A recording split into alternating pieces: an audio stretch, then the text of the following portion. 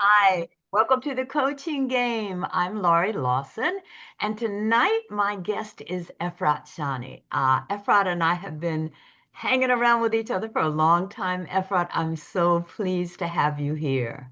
Welcome. Hi, Laurie. I'm so happy to be here.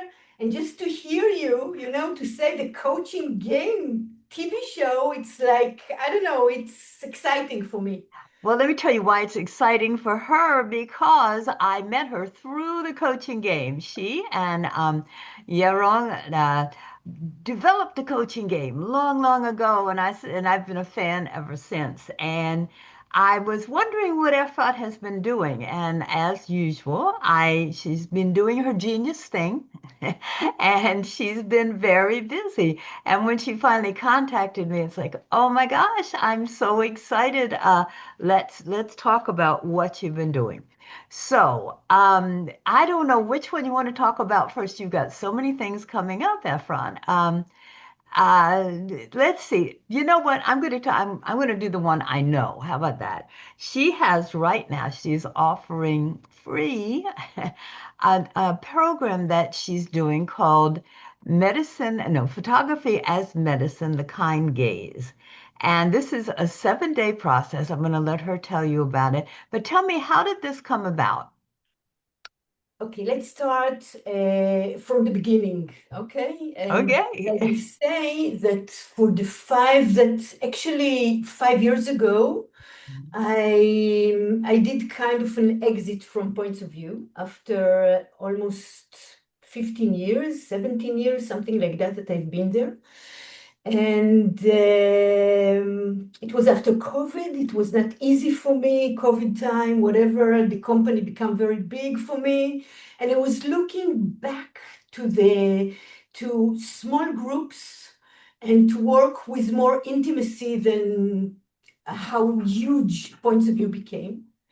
And I went actually back to the academic, to the university, to learn material and visual culture in Bezalel Academy in Israel. I just graduated last year and I had another degree.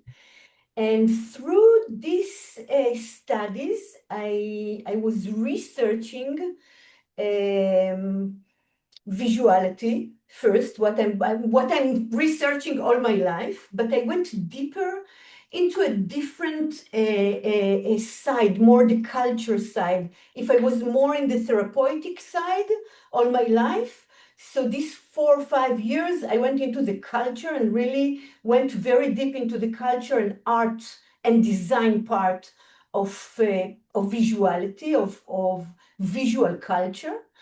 And through that, I developed a new method that I call it the kind gaze,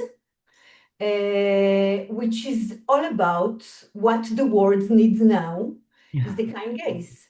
And I must say that the name of the kind gaze came 3 years ago after I'm Israeli.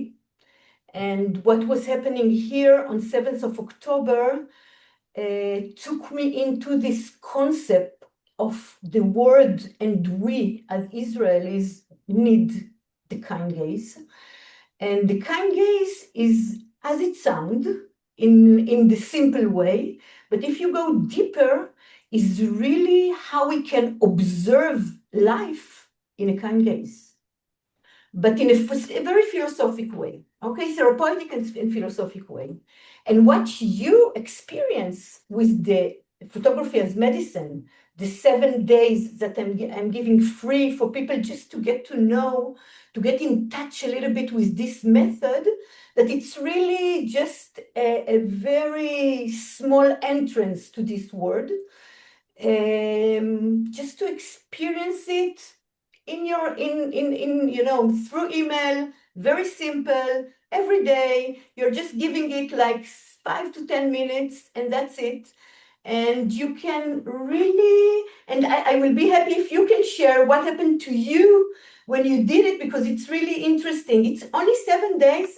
It's a short prompt in the email, and I think that I got so many, I just started with that 6 months ago. And already more than 2,000 people did it. Oh, wow. Really, all over the world, and I get amazing feedback about it. That people really something is changing because something in your way of seeing, and this is the basic of the kind gaze. The basic of it is about seeing. How do we see? The way we are observing life, and how we allow ourselves to be seen. So it's about seeing and being seen. Ah. Yeah, I would love to tell my experience because I'm still amazed at how gently and how effectively it changed. And it was like I didn't see this happening. It starts with 7 days, and the first day is just what draws your eye? What do you take a couple of pictures, and we all like to pretend we're photographers anyway with the phones and everything. And I noticed when I took my 3 pictures, it was like everything that drew my eye was like unfinished business. It's like, oh my God, I've got to finish that. And oh my gosh, that's over there. I got to do that. And it was like, okay, I'm not feeling very kind. I'm just feeling that, okay, this is a nice reminder of what I have to do. The next day was, and what's the second phase, Efrat? I forgot. I don't remember also the 7 days. It's I can, something, oh, yeah, I don't remember. yeah. It's like what. I can open it, look at it. Yeah, no, it's like, well, what draws you? What draws your attention? What makes you It's feel? about the color, maybe, to follow a color, maybe, or There was color, there was what makes you what feeling emotion, what is taking your attention, but it slowly and gradually brings you to a place where it's like, I'm seeing this differently. One is look for your color, pick a color and look for it. And it was like that was so much fun because I do that already with my favorite color, yellow, but it was like, let me pick another color and look for it, which I did. And suddenly you're going, okay, now I'm aware of colors.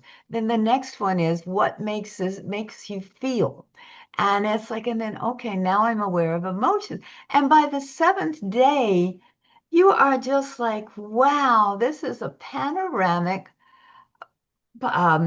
cornucopia of everything. And I get to choose whatever I want to view and however I want to view it. Something that was totally unfamiliar to me. It's like, okay, like the first one was totally familiar. It's like, yes, I have to do this I have to do, this is on the side, but then it's like a slowdown. It's like, okay, use this wonderful sense that we have, vision, to expand and see what else you can see because it's all there. You just have to see. And it was by the end of the 7 days, I was amazed. It was like, how did she do this? How did she make me slow down and do this? And it was, I don't know what other people's experiences were, but I would highly recommend that people give it a try and say, oh my gosh, is this going to work? And don't stop after the first day, because the first day is like, yeah, I'll take 3 pictures, and the second day is like, all right, let me get into this a little more. And by the end, you're like totally in embrace the whole idea. So fantastic. I know that you've always felt that images are the way to go. I mean, you put a lot of emphasis on images. What made this so different from the other images that you've used, say, in points of view? What was the difference in this?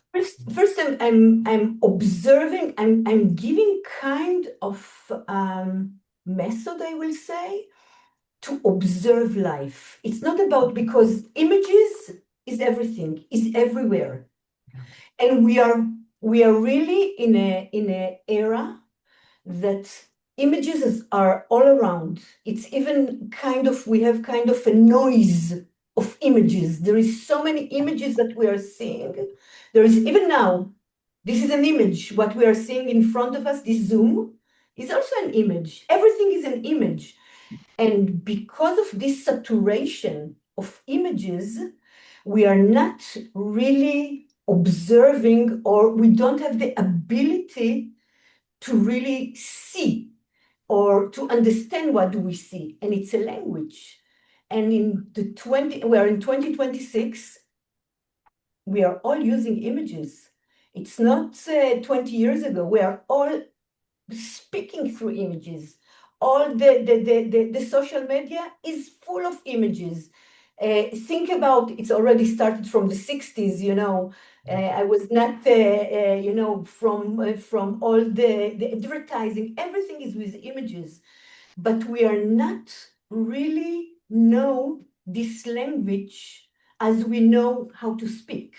And it's a language that we are speaking now. So this is what I will not say teaching, but this is what I'm trying to put kind of a light on it that people will see and go into the details and to understand the symbolic life that we are living through these images.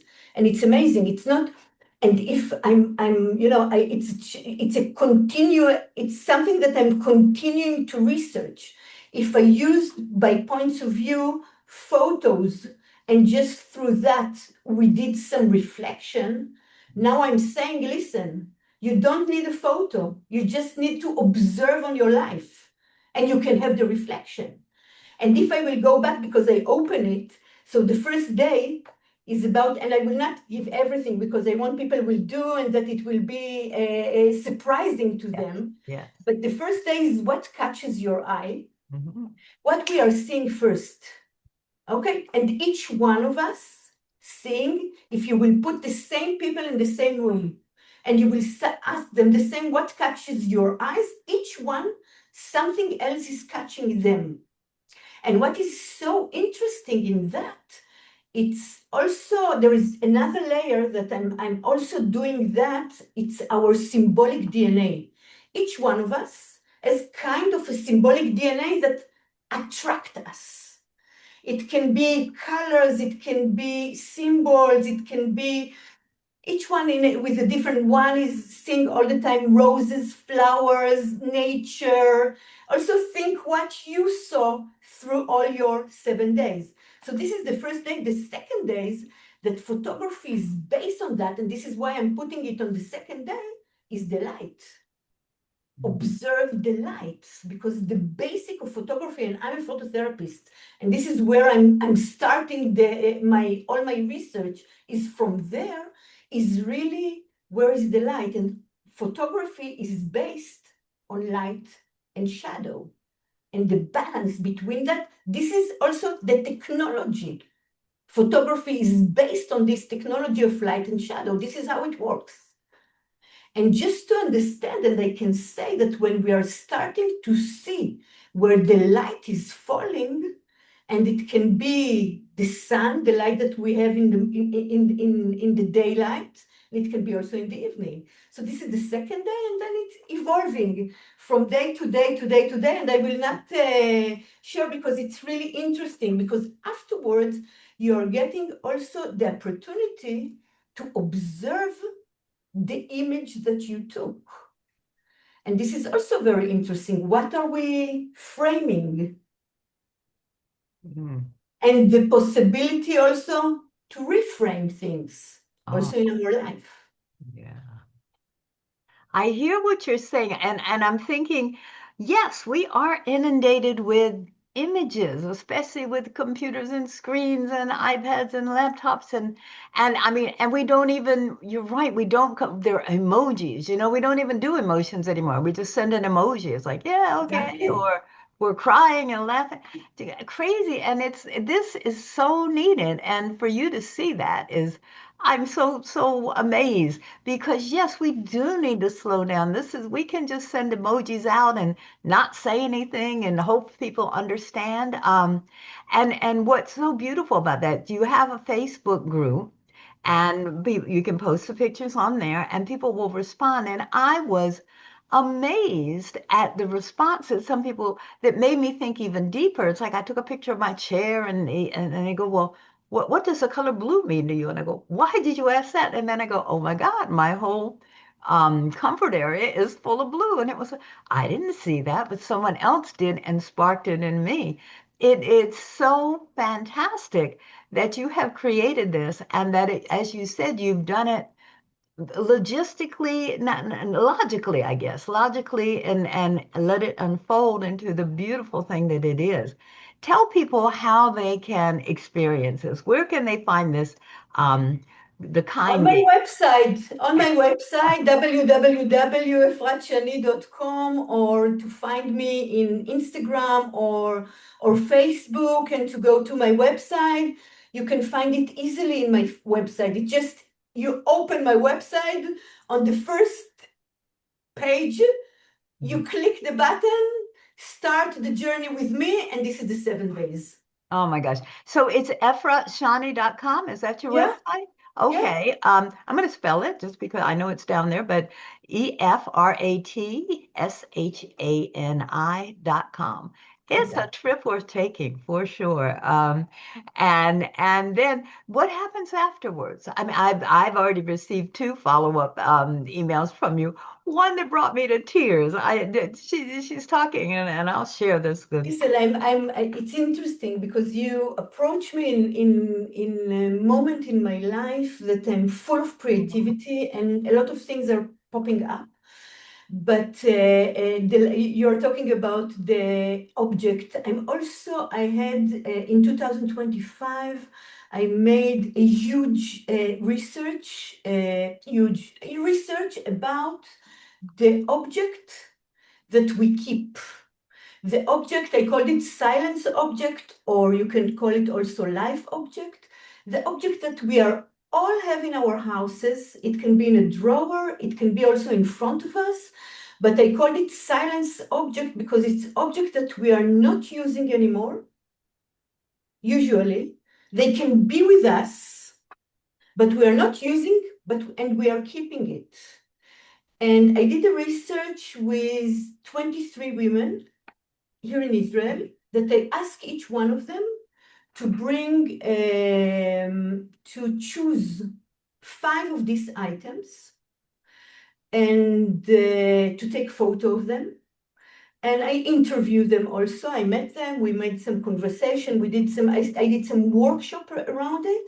And in the end, I just asked a question: why do we keep these items? So the first thing, and I'm using also photography with that, and this is why I'm talking about material and visual culture. And now I'm in a moment that I'm combining both of them together, and through these 5 objects, we define with each woman what are their symbolic DNA. And we understood also that there is actually 5 different category, I will say, that this is why we are holding these objects. And you read my blog about the refrigerator that we all have, and I call it kind of a domestic shrine, that we all have our domestic shrine and photograph, and this is very important to understand, it's also an object. The physical, the printed one, that we are all I think in our generation, Gen Z is different, Gen Alpha is different, they have it more digital, but in our generation and boomers, Gen Y, Gen X, we are still holding it as treasures. And we have it also in our refrigerator. I don't know how the domestic shrine, it's really interesting how it will look 20 years from now Mhm. when there will be no photos anymore, that people are not printing their photo anymore. But I will go back to the category of the object. So the object that we are keeping, they are actually keeping first relationship, 30% from my research, 30% of our object that we are keeping and we are not using, and it can be a letter that I got from someone that, I don't know, I have a small affair, I don't know, somewhere in the 70s, somewhere in the 80s, and I'm still keeping the letter.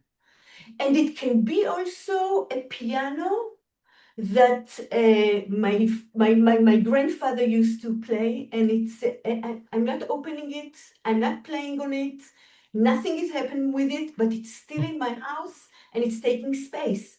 But I don't even have any dialogue on the daily life. So first is the relationship that we are keeping through it. Second is the belonging, is object that it's, I call it the object that we call it us. It's not me anymore. It's my Mm. family. It's my social circles. It can be my nationality. It can be a club that I belong to.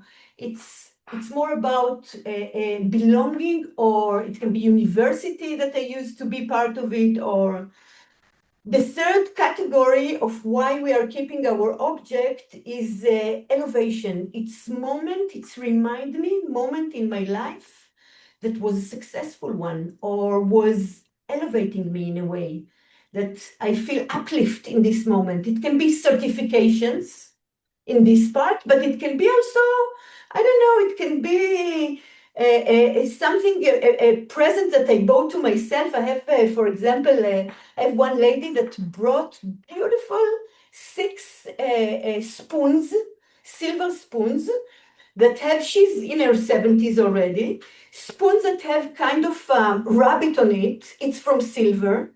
And she bought it when she was 24 with the first money she made by her own.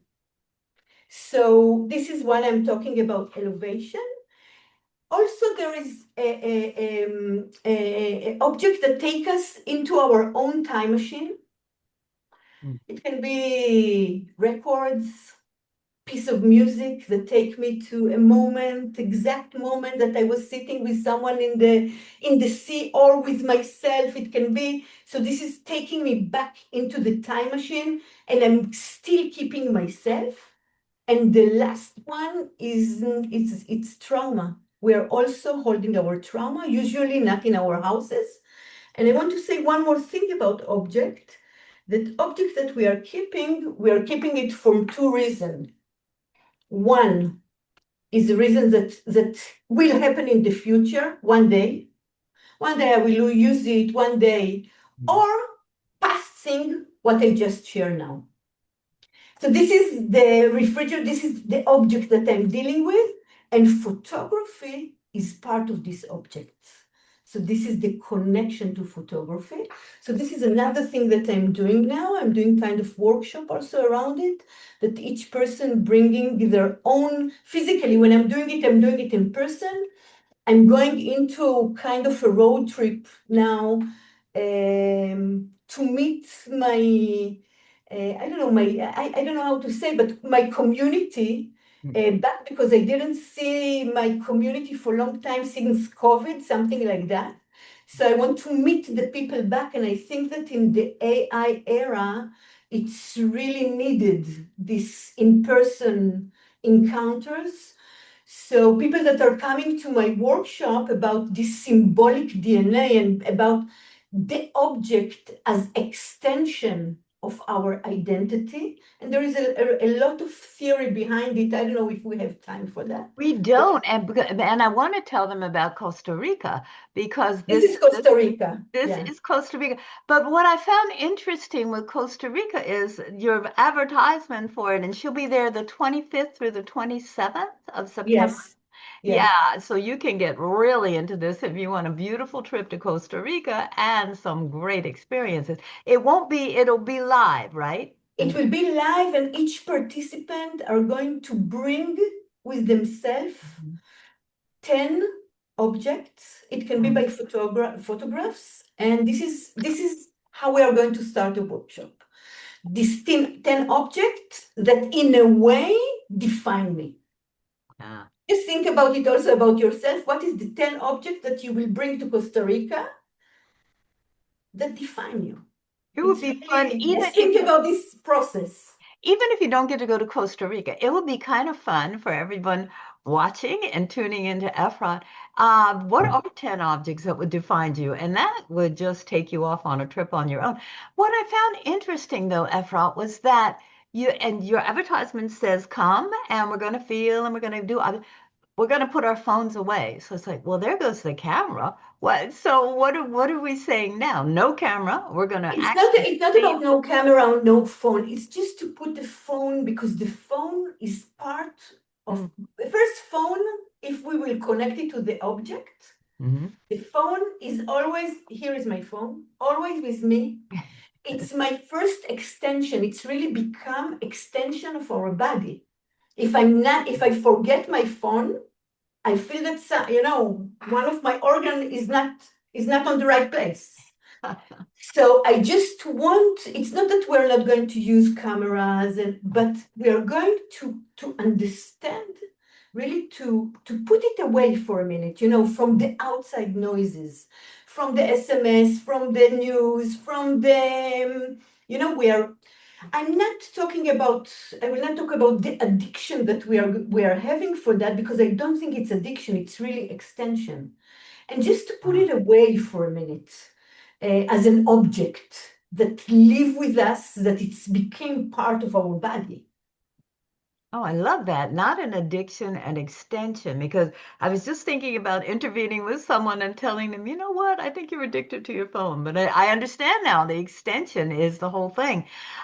We've got like 2 minutes left. I want people to really, they can find, I'm sure they can find us on your website also, the Costa Rica workshop. What is the workshop called? Is that also, what is that one Everything called? we keep, this is how I call it, everything we keep, the Yeah. object that we keep, everything we keep. This is how I call it. This is in Costa Rica. And I want to say also that I have a retreat also, that this is a very deep process that I'm doing for 5 days. It's not a retreat, it's immersive retreat that we are really experiencing the kind gaze method. It's really about the kind gaze. Wow. Yeah. And this one is starting with 50 photo that each one, we're doing kind of a pre-retreat process, like the 7 days, that through this process, you are picking your 50 photo that you must have with you to this workshop. And we start the workshop that each one of the participants is curating their own exhibition with this 50 photo. And Mm. this is the ingredients that we are going to work with. And we are going to work, it's inside and outside, and it's a mind-blowing. And I can tell you that that did this workshop, it's only the fifth time that I'm doing it. It's going to be in Mexico, this time in November, in beginning of November. And it's before this workshop and after this workshop. It's really something very, it's the base again about seeing, but also allowing myself to be seen as I want to be seen. Beautiful. We are out of time. And please go check out, I'm sure all of this is on her website. Go check out that you're going to find something that's going to interest you or even an idea that will spur you on. Efrat, as always, it is so wonderful to see how your mind works and what you do with it and how you share it. Thank you Thank so you much so for being much. on the coaching game. Thank you. Thank you. Thank you for inviting me. Oh, my pleasure. Thank you.